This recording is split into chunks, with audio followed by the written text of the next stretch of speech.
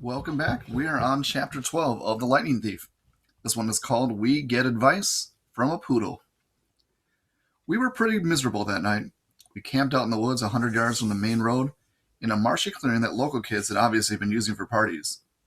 The ground was littered with flattened soda cans and fast food wrappers. We'd taken some food and blankets from Auntie M's, but we didn't care. We didn't dare light a fire or to dry our damn clothes. The Furies of Medusa had provided enough excitement for one day. We didn't want to attract anything else. We decided to sleep in shifts. I volunteered to take the first watch. Annabeth curled up on the blankets and was snoring as her head hit the ground. Grover fluttered with his flying shoes to the lowest bough of a tree, but his back to the trunk, and stared at the night sky. Go ahead and sleep, I told him. I'll wake you if there's trouble. He nodded, but still didn't close his eyes. It makes me sad, Percy. What does? The fact that you signed up for this stupid quest? No, this makes me sad. He pointed to all the garbage on the ground. And the sky.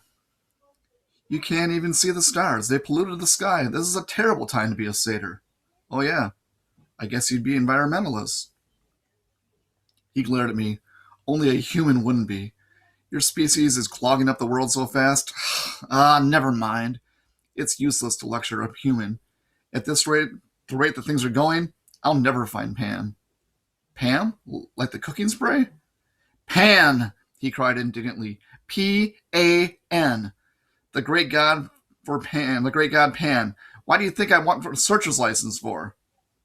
A strange breeze rustled through the clearing, temporarily overpowering the stink of trash and muck. It brought the smell of berries and wildflowers, and clean rainwater. Things that must have been in the woods. Suddenly I was nostalgic for something I'd never known. Tell me about the search, I said. Grover looked at me cautiously as if he were afraid I was just making fun. The god of wild places disappeared 2,000 years ago, he told me. A sailor off the coast of Ephesus heard a mysterious voice crying out on the shore. Tell them that the great god Pan has died. When humans heard the news, they believed it. They've been pillaging Pan's kingdom ever since. For the satyrs, Pan was our lord and master. He protected us in wild places of the earth. We refuse to believe that he's died. In every generation, the bravest satyrs pledged their lives to finding Pan. They searched the earth, exploring all the wildest places, hoping to find where he is hidden and wake him from his sleep. And you want to be a searcher? It's my life's dream, he said. My father was a searcher, and my Uncle Ferdinand, the statue you saw back there with Medusa. Oh, right. Sorry. Grover shook his head. Uncle Ferdinand knew the risks. So did my dad. But I'll succeed. I'll be the first searcher to return alive. Hang on. The first? Grover took his reed pipes out of his pocket. No searchers ever come back. Once they set out, they disappear. They're never seen alive again. Not once in 2,000 years? No. And your dad? You have no idea what happened to him? None.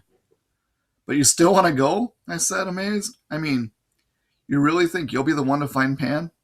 I have to believe that, Percy. Every searcher does. It's the only thing that keeps us from despair when we look at what humans have done to the world. I have to believe Pan can still be awakened. I stared at the orange haze of the sky and tried to understand how Grover could pursue a dream that seemed so hopeless. Then again, was I any better? How are we going to get into the underworld? I asked him. I mean, what chance do we have against a god? I don't know, he admitted. But back at Medusa's, when you were searching her office, Annabeth was telling me... Oh, I forgot. Annabeth will have a plan all figured out. Don't be so hard on Percy. Don't be so hard on her, Percy. She's had a tough life, but she's a good person. After all, she forgave me. His voice faltered. What do you mean? I asked. Forgave you for what? Suddenly, Grover seemed very interested in playing notes on his pipes. He's a lot like Chiron does a good job of changing the subject, too. Wait a minute, I said. Your first keeper job was 5 years ago. Annabeth has been at camp for 5 years. She wasn't... I mean, your first assignment that went wrong? I can't talk about it, Grover said. And his quivering lower lip suggested he'd start crying if I pressed him. But as I was saying, back at Medusa's, Annabeth and I agreed there's something strange going on with this quest. Something isn't what it seems. Well, duh. I'm getting blamed for stealing the thunderbolt that Hades took. That's not what I mean, Grover said. The kindly ones, were sort of holding back, like Mrs. Dodds at Yancey Academy. Why'd she wait so long to try to kill you? Then on the bus, they weren't as aggressive as they could have been. Well, they seemed pretty aggressive to me. Grover shook his head. They were screeching at us. Where is it? Where? Asking about me, I said. Maybe, but Annabeth and I, we both got the feeling they weren't asking about a person. They said, where is it? They seemed to be asking about an object. That doesn't make sense. I know. But if we misunderstood something about this quest, and we only have 9 days to find the Master Bolts, he looked at me like he was hoping for answers, but I didn't have any. I thought about what Medusa had said. I was being used by the gods. What lay ahead of me was worse than petrification. I haven't been straight with you, I told Grover. I don't care about the Master Bolts. I agreed to go to the underworld so I could bring back my mother. Grover blew a soft note on his pipes. I know that, Percy. But are you sure that's the only reason? I'm not doing it to help my father. He doesn't care about me. I don't care about him. Grover gazed down from his tree branch.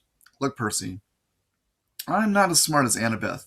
I'm not as brave as you. But I'm pretty good at reading emotions. You're glad your dad is alive. You feel good that he's claimed you, and part of you wants to make him proud.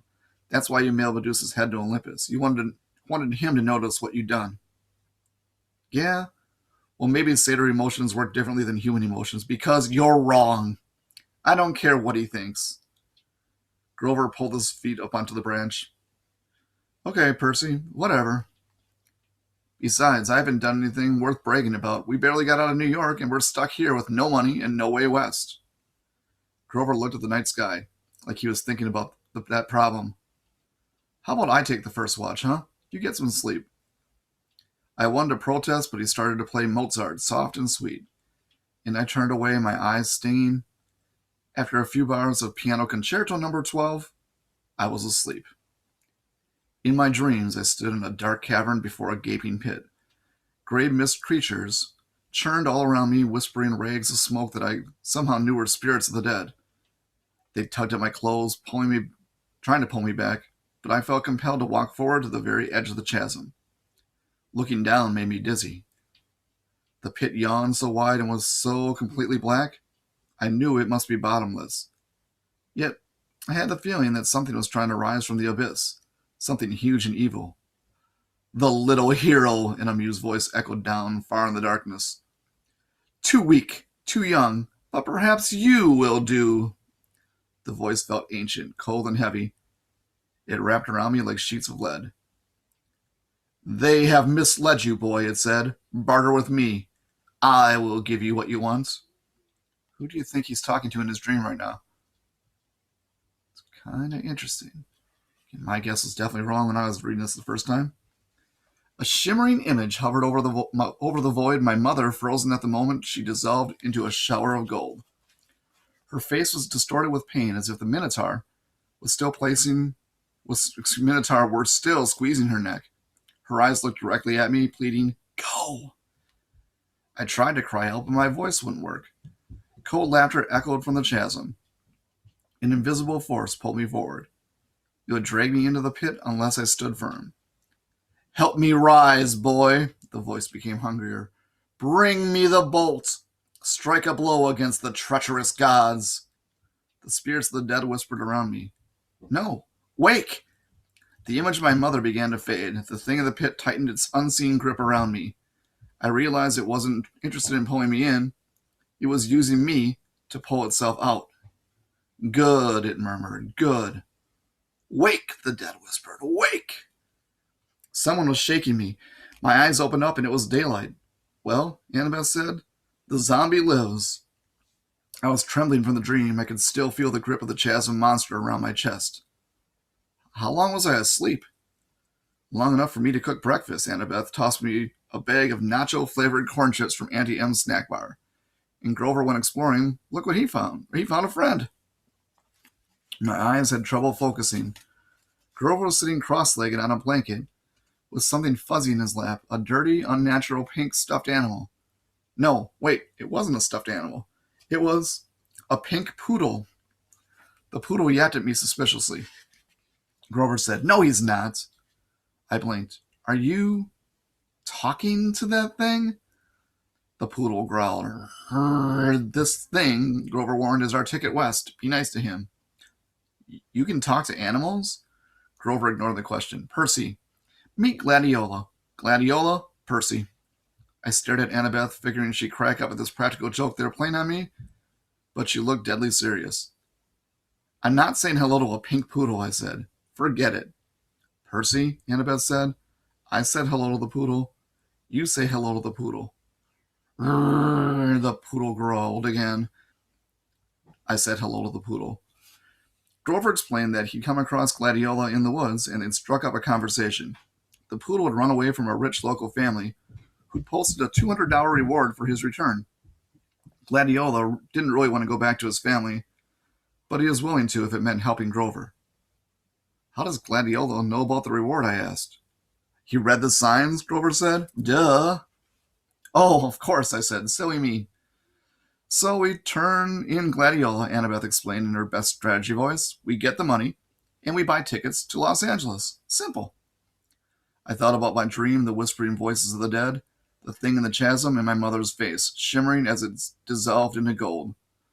All that might be waiting for me in the West. "Not another bus," I said wearily.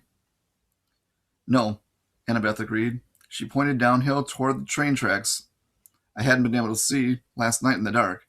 "There's an Amtrak station half a mile that way. According to Gladiola, the westbound train leaves at noon." That's the end of chapter 12.